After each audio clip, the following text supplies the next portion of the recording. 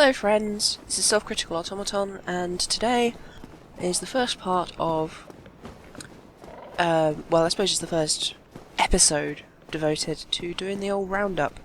There's a bunch of optional places I could have gone to before I went to Analondo, but I chose not to. However, I think it's worth going back and doing them now for various reasons. So first up, we're going to go to the Undead Asylum Redux. There we go. That was a pretty good jump. I normally roll because it's safer, but yeah. So I'm sure I don't know if you remember this, but this is the route up to get to it. I can't remember if I actually recorded me doing this much earlier on, or if I discarded that footage. Oh well. I apologise for any sniffling or sneezing. I'm not very well. Summer basically is very bad for me. You see that corpse down there? There's a key on him, but I already picked it up. That's the key we need for the asylum. Then we can go pretend to be an egg.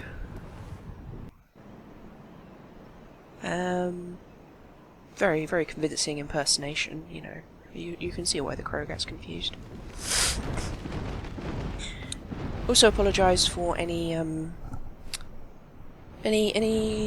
irritating background noises you might hear. It's a very noisy day apparently today. There's a gaggle of young men outside on my street who periodically bray like donkeys with their incredibly annoying laughter, and there's also two neighbours, I think, who are having work done on their houses, so there's occasional clanks and bangs and clatters and booms.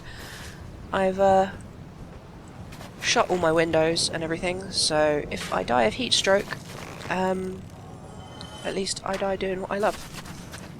I hope you all appreciate the immense sacrifices I'm making for your benefit.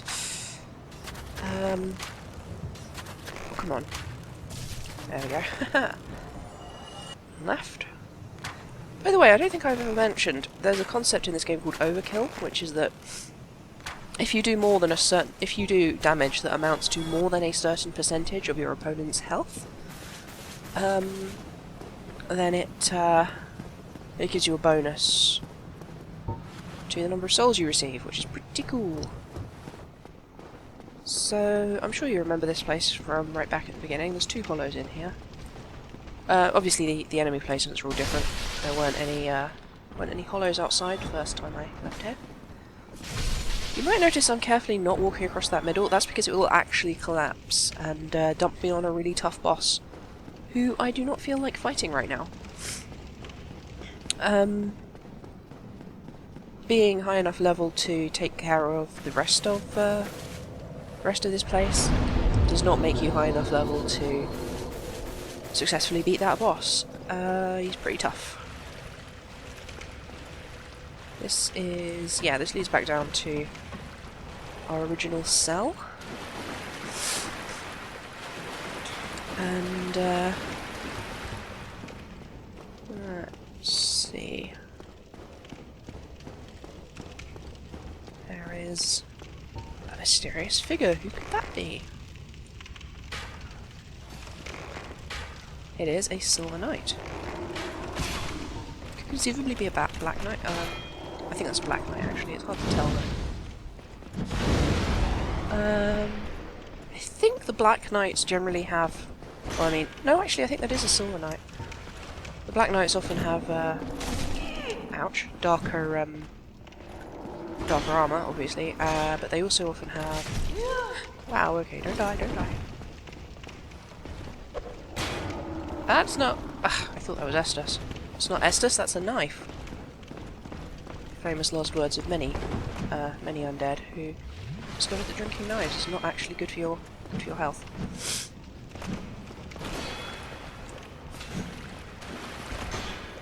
If you're a particularly sort of smug player, you can easily go back up the ladder, lure her to the bottom, and then start jumping on him. No! Oh dear, oh dear. So yeah, these guys are still pretty tough to fight. Good thing that fireballs can bypass shields if you're careful. shameful? No, of course it's not shameful. He's much bigger than me, and therefore everything is permitted. It's not a matter of honour, it's a matter of not dying. Yeah, so, main reason we're fighting this guy is because he's actually guarding something we need. There we go.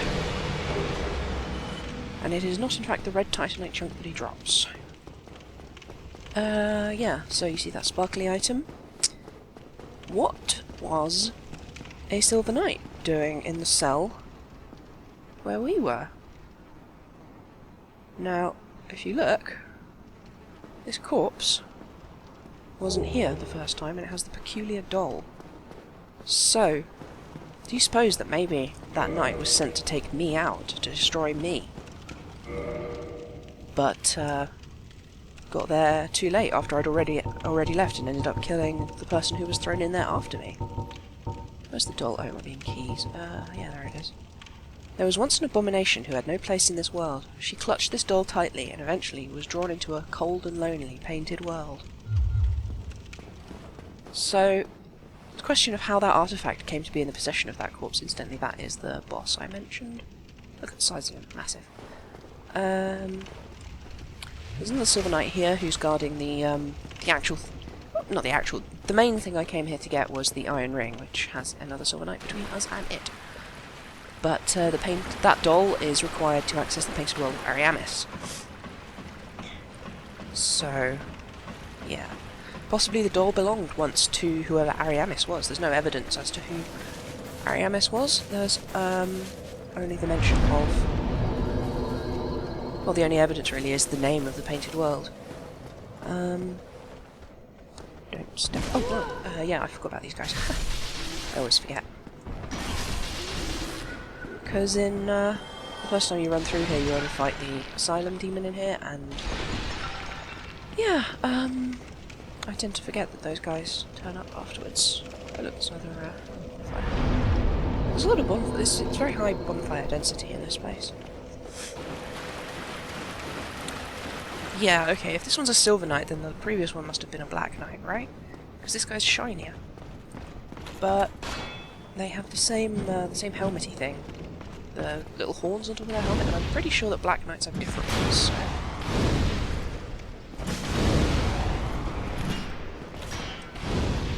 yeah, so... that many block that one. Let's see if we can get him. Hey! Good old firewalls. See if we can finish him off with some combustions. Or I could switch to my spear, I suppose. Are these guys weak against lightning? I think they're not. I think that the charred knights are weak against fire. I think these guys maybe are weak against anything. That is to say, the black knights, not the knights of the vegetable, of the rarely used nowadays root vegetable, the chard, which is a joke I've stolen from my favourite podcast. Which is, incidentally, the Crate and Crowbar APC gaming podcast. It's very good, you should listen to it. It's a bunch of dudes talking about games, but generally they manage to be, you know... Generally they manage to not be racist or sexist, which is pretty good going for dudes in the games industry, so... Yeah, oh hey, you dropped the Black Knight's sword, fantastic. Dropped a Black Knight's sword, but he may not have been a Black Knight. If you can see them side by side, you can tell the difference easily, but, you know, not very often that that's possible. Oh look, it's our old friend Oscar. Remember him? Old nice friendly Estus giving man. He's not so friendly anymore. Remember what he said when we left him? I would so hate to harm you after death. And he absolutely would have killed us at that point, because he is tougher than a new player. Huh. Slow roll. That's what he gets for wearing heavy armour.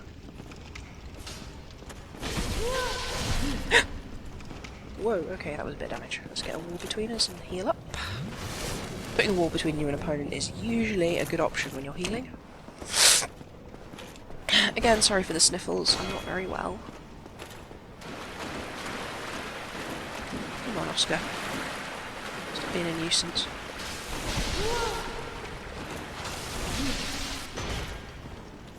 That should be him done. Crest shield.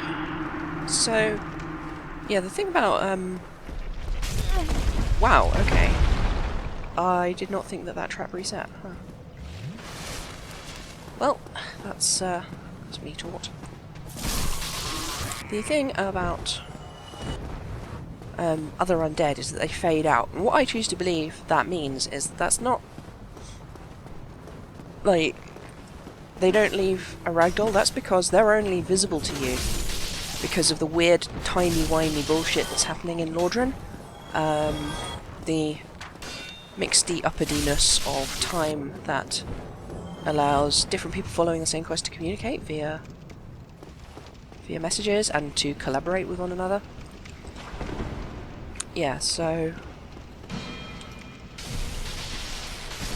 these guys ain't really that tough. But you notice there was only one of them the first time we were here, now there's two.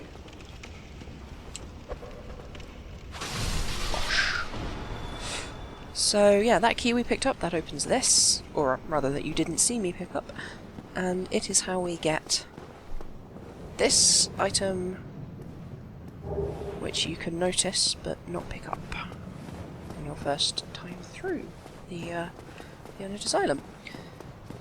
What was I talking about? Oh yeah, so essentially what happens when you kill them is you may not have actually killed them, but you've certainly knocked them out of your time and back into their own, essentially. You've, yeah, their connection to your world has faded away. And occasionally they leave stuff behind, which is, it's just nice of them, you know? So I don't usually bother to fight the Greater Asylum Demon downstairs, because it's kind of a pain, and he's really tough, so, you know.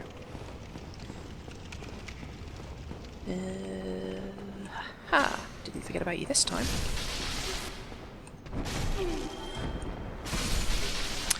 So yeah, if we want to fight him, we'll run across there, but I'm not gonna, because of reasons that I've already explained.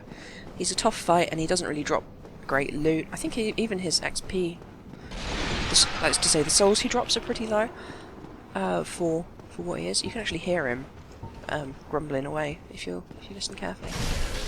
You can occasionally hear sort of stompy stomps. That's him stomping down there, and you can also hear occasional growls and roars and stuff. So, wow, okay. Again, I'm sorry if I'm really quiet at all this episode. It's, you know, not very well. Super bad hay fever making me feel majorly sick, and it's too warm. And I've had to shut the windows and stuff, so yeah. There's one last little trick, secret-y thing I'm going to show you here. See this nest? It looks familiar, right? This nest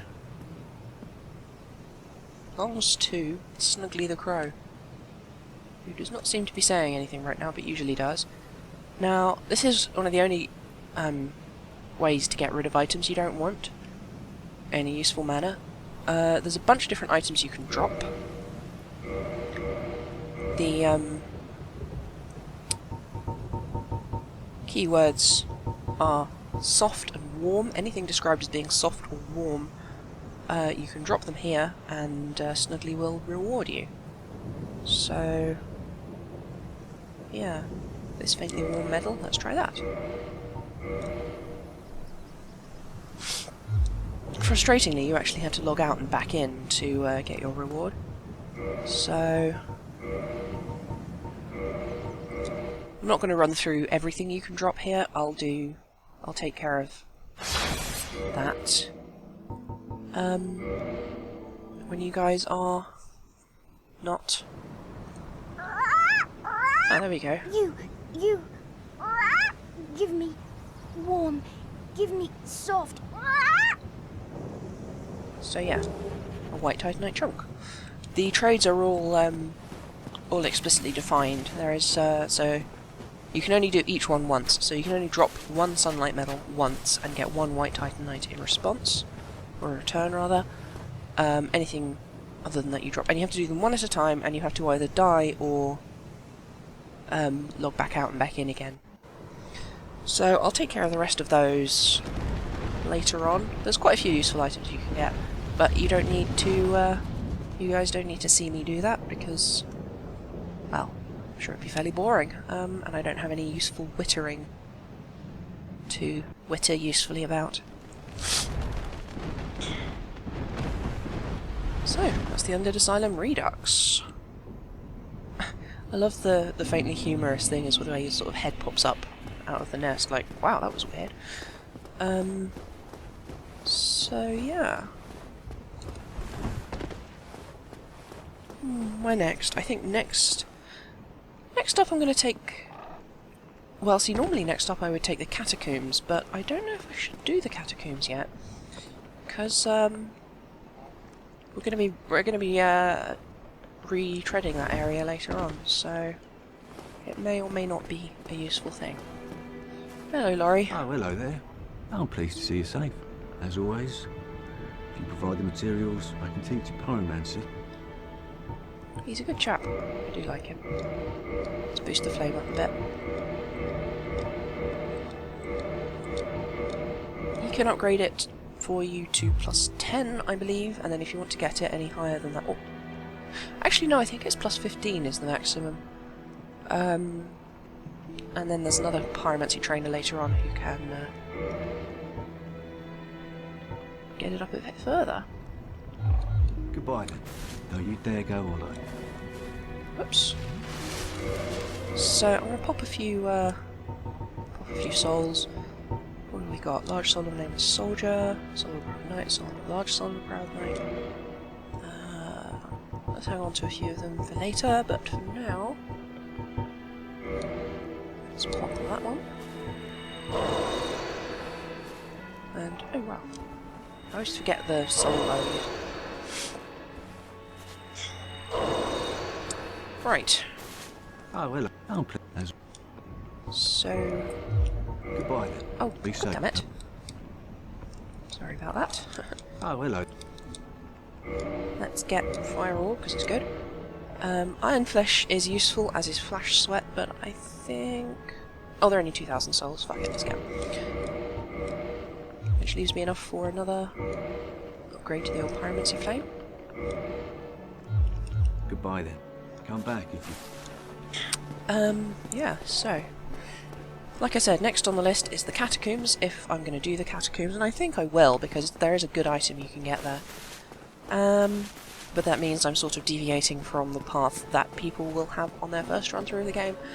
And, oh yeah, hey Frampt, I completely forgot about you. Still super creepy, huh? Yep.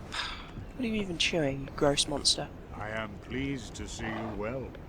Is I'm it not pleased to see something you. urgent? Yeah, Frampt is essentially the only person that you can sell stuff to in the game. It's referred to as feeding, though it's not selling, but feeding. And yeah, basically any item you have you can give him and he will munchy munchy chompy chompy and give you souls in return. So yeah, later on, after this episode, I'm going to come back to him and just sell off everything I have, because everything I don't need. I'll hang on to a bunch of stuff for various reasons, but there's lots of generic weapons that I don't really need. And yeah, so next episode, onwards through the graveyard. It's been a pleasure as always. I'll catch you later. Bye.